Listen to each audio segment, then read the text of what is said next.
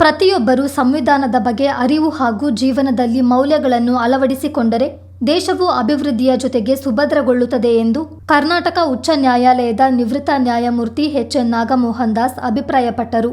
ಮಡಿಕೇರಿಯ ಅಂಬೇಡ್ಕರ್ ಭವನದಲ್ಲಿ ಸಮಾನ ಮನಸ್ಕ ಸಂಘಟನೆಗಳು ಆಯೋಜಿಸಿದ್ದ ಕೊಡಗು ಜಿಲ್ಲಾ ಮಟ್ಟದ ಸಂವಿಧಾನ ಓದು ಅಧ್ಯಯನ ಶಿಬಿರವನ್ನು ಉದ್ಘಾಟಿಸಿ ಮಾತನಾಡಿದ ಅವರು, ಮುಸಲ್ಮಾನರಿಗೆ ಮತದಾನದ ಹಕ್ಕು ರದ್ದು ಮಾಡಬೇಕೆಂಬ ಸ್ವಾಮೀಜಿಯೊಬ್ಬರ ಹೇಳಿಕೆ ದೇಶಕ್ಕೆ ಬೆಳಕಾಗಲಿದೆಯಾ ಅಥವಾ ಬೆಂಕಿಯಾಗುತ್ತಾ ಎಂದು ಪ್ರಶ್ನಿಸಿದರು. ಮತ್ತೊಬ್ಬ ಸ್ವಾಮೀಜಿ, ನಮ್ಮನ್ನು ಗೌರವಿಸುವ ಸಂವಿಧಾನ ಬರಲಿ ಎಂಬ ಹೇಳಿಕೆ ನೀಡಿದ್ದಾರೆ. ಇಂತಹ ಸಂದರ್ಭದಲ್ಲಿ ಸಂವಿಧಾನದ ಪರ ಗಟ್ಟಿ ಧ್ವನಿ ಎತ್ತುವವರ ಅವಶ್ಯಕತೆ ಇದೆ. ಆದ್ರಿಂದ ಸಂವಿಧಾನದ ಮಹತ್ವ, ಹಕ್ಕು, ಕರ್ತವ್ಯಗಳನ್ನು ತಿಳಿಸುವ ನಿಟ್ಟಿನಲ್ಲಿ ಸಮಾನತೆ, ಭ್ರಾತೃತ್ವ ಹುಟ್ಟುಹಾಕುವ ಉದ್ದೇಶದಿಂದ ಶಿಬಿರ ಏರ್ಪಡಿಸಿರುವುದಾಗಿ ತಿಳಿಸಿದರು. ಇಡೀ ರಾಜ್ಯದ ಉದ್ದಕ್ಕೂ ಸಂವಿಧಾನ ತಿಳ್ಕೋಬೇಕು, ಸಂವಿಧಾನ ನಮಗೆ ದಾರಿ ಅಂತ ಜನ ತಿಳ್ಕೊಂಡಿದ್ದಾರೆ.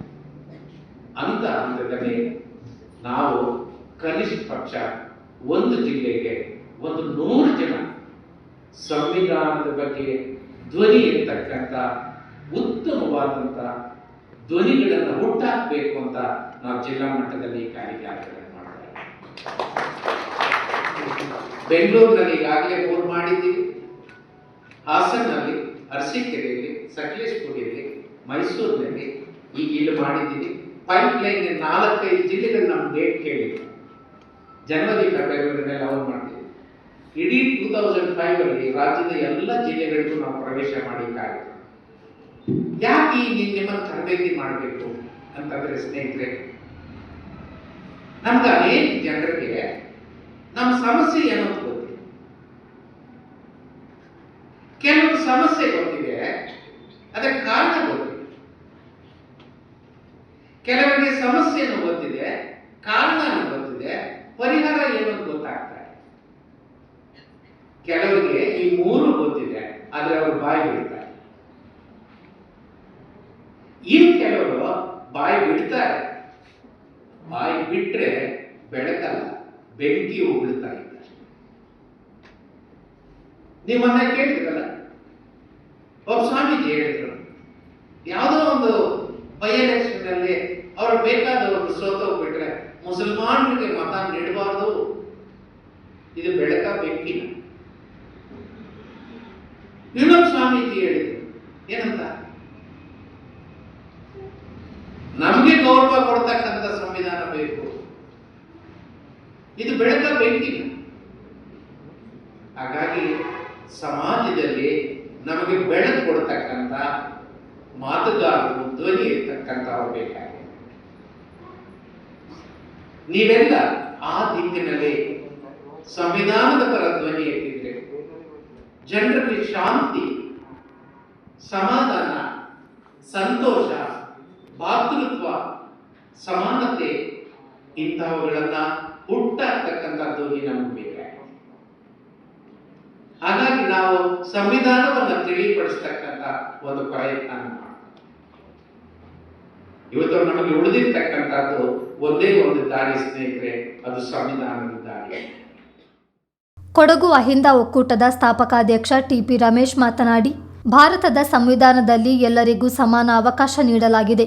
ಸಂವಿಧಾನದ ಆಶಯಗಳನ್ನು ಎತ್ತಿ ಹಿಡಿಯುವುದು ಪ್ರತಿಯೊಬ್ಬರ ಕರ್ತವ್ಯವಾಗಬೇಕು ಎಂದರು. ರಾಜ್ಯದ ಪ್ರತಿಯೊಂದು ಗ್ರಂಥಾಲಯಗಳಲ್ಲೂ ಸಂವಿಧಾನ ಪುಸ್ತಕದ ಪ್ರತಿ ದೊರಕಿಸಲು ಸರ್ಕಾರದಿಂದ ಆದೇಶ ಹೊರಡಿಸುವಂತೆ ನಿವೃತ್ತ ನ್ಯಾಯಮೂರ್ತಿ ನಾಗಮೋಹನ್ ದಾಸ್ ಅವರಲ್ಲಿ ಮನವಿ ಮಾಡಿದರು.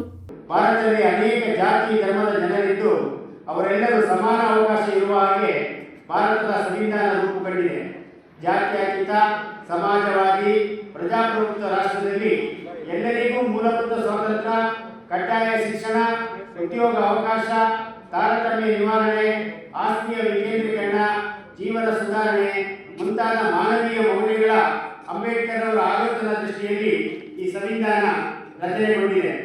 ನನ್ನ ಒಂದು ಮನವಿ ಮಾನ್ಯ ನ್ಯಾಯಮೂರ್ತಿಗಳಲ್ಲಿ, ಕರ್ನಾಟಕದ ಪ್ರತಿಯೊಂದು ಗ್ರಂಥಾಲಯಗಳಲ್ಲಿ, ಸರ್ಕಾರದ ಗ್ರಂಥಾಲಯಗಳಲ್ಲಿ, ವಿಶ್ವವಿದ್ಯಾಲಯದ ಗ್ರಂಥಾಲಯಗಳಲ್ಲಿ, ಶಾಲಾ ಕಾಲೇಜುಗಳ ಗ್ರಂಥಾಲಯಗಳಲ್ಲಿ ಅಲ್ಲಿ ಎಲ್ಲ ಕೂಡ ಸಂವಿಧಾನದ ಒಂದು ಪುಸ್ತಕದ ಪ್ರತಿ ದೊರಕುವ ಹಾಗೆ ಒಂದು ಸರ್ಕಾರದ ಆದೇಶವನ್ನು ಹೊರಡಿಸಲಿಕ್ಕೆ ಮುಂದಾಗಬೇಕು ಅಂತ ನಾನು ಮನವಿ.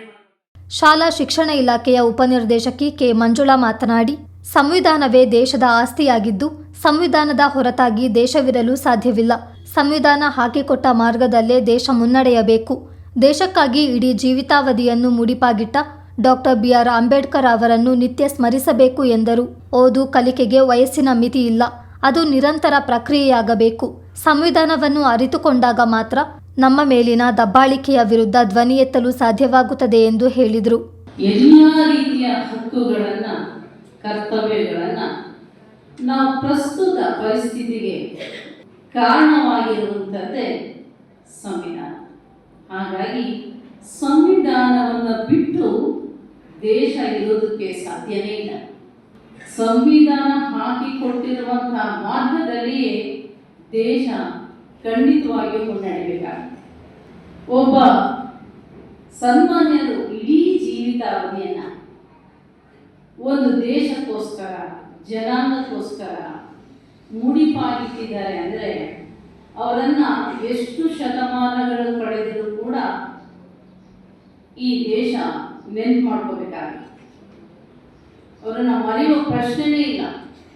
ನಾವು ಹೆಜ್ಜೆಗೂ ಕೂಡ ಅವರನ್ನು ನೆನಪು ಮಾಡಿಕೊಂಡೇ ಬದುಕಬೇಕಾಗುತ್ತೆ. ಇತ್ತೀಚಿನ ದಿನಗಳಲ್ಲಿ ಸಂವಿಧಾನ ವಿರೋಧಿ ಹೇಳಿಕೆಗಳು ಕೇಳಿಬರ್ತಿರುವುದು ವಿಪರ್ಯಾಸ ಎಂದಿರುವ ಸಮಾಜ ಸೇವಕರಾದ ನಂದಕುಮಾರ್, ಸ್ವಾತಂತ್ರ್ಯ ಪೂರ್ವದಲ್ಲಿದ್ದ ಸಾಮಾಜಿಕ ವ್ಯವಸ್ಥೆಯ ಬಗ್ಗೆ ಅರಿವು ಮೂಡಿಸಿದಾಗ ಮಾತ್ರ ಸಂವಿಧಾನದ ಮಹತ್ವ ತಿಳಿಯುತ್ತದೆ ಎಂದರು. ಈ ದೇಶದ ಶೇಕಡ 90% ಜನರು ಸಾಮಾಜಿಕವಾಗಿ ಹಿಂದುಳಿದವರು, ರಾಜಕೀಯವಾಗಿ ಹಿಂದುಳಿದವರು. ಈ ಒಂದು ಅವಕಾಶವನ್ನು ಎಲ್ಲರಿಗೂ ಸಮಾನತೆಯ ಅವಕಾಶವನ್ನು ಕಲ್ಪಿಸಿಕೊಟ್ಟಿದ್ದು ನಮ್ಮ ಸಂವಿಧಾನ.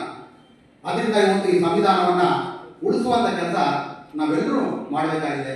ಬಹುಶಃ ಈ ಸಂವಿಧಾನ ಉಳಿದೇ ಹೋದರೆ ಸುಮಾರು 10 ವರ್ಷಗಳಿಂದ ನಾವು ಕೇಳ್ತಾ ಇದ್ದೀವಿ. ಮೊದಲು ಈ ಒಂದು ಚಿಂತನೆ, ಇಂಥ ಒಂದು ಹೇಳಿಕೆಯನ್ನು ನಾವು ಕೇಳ್ತಾ ಇರಲಿಲ್ಲ. ಈ ಸಂವಿಧಾನ ರದ್ದು ಮಾಡಬೇಕು, ಈ ಸಂವಿಧಾನ ಬಂದು ಮನುಸ್ಮೃತಿ ಆಧಾರದಲ್ಲಿ ಇರುವಂಥ ಚಿಂತನೆಗಳಿರುವಂಥ ನಮ್ಮ ಸಂವಿಧಾನ ಬರಬೇಕಂತ ಕೂಡ ನಾವು ಕೇಳ್ತಾ ಇದ್ದೀವಿ. ನಾನು 4 ಸಾವಿರ ಕೇಳ್ಕೊತೀನಿ. ಈ ನಮ್ಮ ಸಂವಿಧಾನ ಓದು ಕಾರ್ಯಕ್ರಮದ ಜೊತೆಗೆ ಈ ಸ್ವತಂತ್ರ ಪೂರ್ವದಲ್ಲಿ ಇದ್ದಂಥ ಸಾಮಾಜಿಕ ಮತ್ತು ರಾಜಕೀಯ ಪರಿಸ್ಥಿತಿ ಕೂಡ ಅರಿವು ಮೂಡಿಸಿದ್ರೆ ಈ ಸಂವಿಧಾನ ಎಷ್ಟು ಅಗತ್ಯ, ಈ ಸಂವಿಧಾನ ಎಷ್ಟು ಶ್ರೇಷ್ಠ ಆಗಿದೆ ಅಂತ ಹೇಳ್ಕೊಂಡು ಹೆಚ್ಚು ಅರ್ಥ ಆಗಬೇಕಾಗಿತ್ತು ಅಂತ ನಾನು ಅನ್ಕೊಂಡಿದ್ದೀನಿ. ಇಂಥ ಕಾರ್ಯಕ್ರಮಗಳನ್ನ ನಮ್ಮ 4 ಸಾವಿರ ಜೊತೆಯಲ್ಲಿ ಮಾಡಲಿ ಅಂತ ಹೇಳ್ತಾ, ವೇದಿಕೆಯಲ್ಲಿ ಸಮಾಜ ಕಲ್ಯಾಣ ಇಲಾಖೆ ಉಪನಿರ್ದೇಶಕ ಶೇಖರ್, ಕೆಎಸ್ಆರ್ಟಿಸಿ ಘಟಕದ ವ್ಯವಸ್ಥಾಪಕ ಮೆಹಬೂಬ್ ಅಲಿ, ಮುಖ್ಯ ಇಂಜಿನಿಯರ್ ವೆಂಕಟೇಶ್, ಕಾರ್ಯಕ್ರಮ ಸಂಯೋಜಕ ರಾಜು ಗುರೂರು, ವೈದ್ಯಕೀಯ ಅಧೀಕ್ಷಕ ಸೋಮಶೇಖರ್ ಉಪಸ್ಥಿತರಿದ್ದರು. ಬಳಿಕ ವಿಚಾರಗೋಷ್ಠಿ ನಡೆಯಿತು. ಸಂವಿಧಾನದ ರಚನೆ ಮತ್ತು ಮೂಲ ತತ್ವಗಳು ವಿಷಯದ ಕುರಿತು ನಿವೃತ್ತ ನ್ಯಾಯಮೂರ್ತಿ ನಾಗಮೋಹನ್ ದಾಸ್ ವಿಚಾರ ಮಂಡಿಸಿದರು. ಡಿಸೆಂಬರ್ 8ರಂದು ಶಿಬಿರ ಮುಂದುವರಿಯಲಿದ್ದು ಬೆಳಗ್ಗೆ 10 ಗಂಟೆಯಿಂದ ಸಂಜೆಯವರೆಗೂ ವಿಚಾರಗೋಷ್ಠಿ ನಡೆಯಲಿದೆ.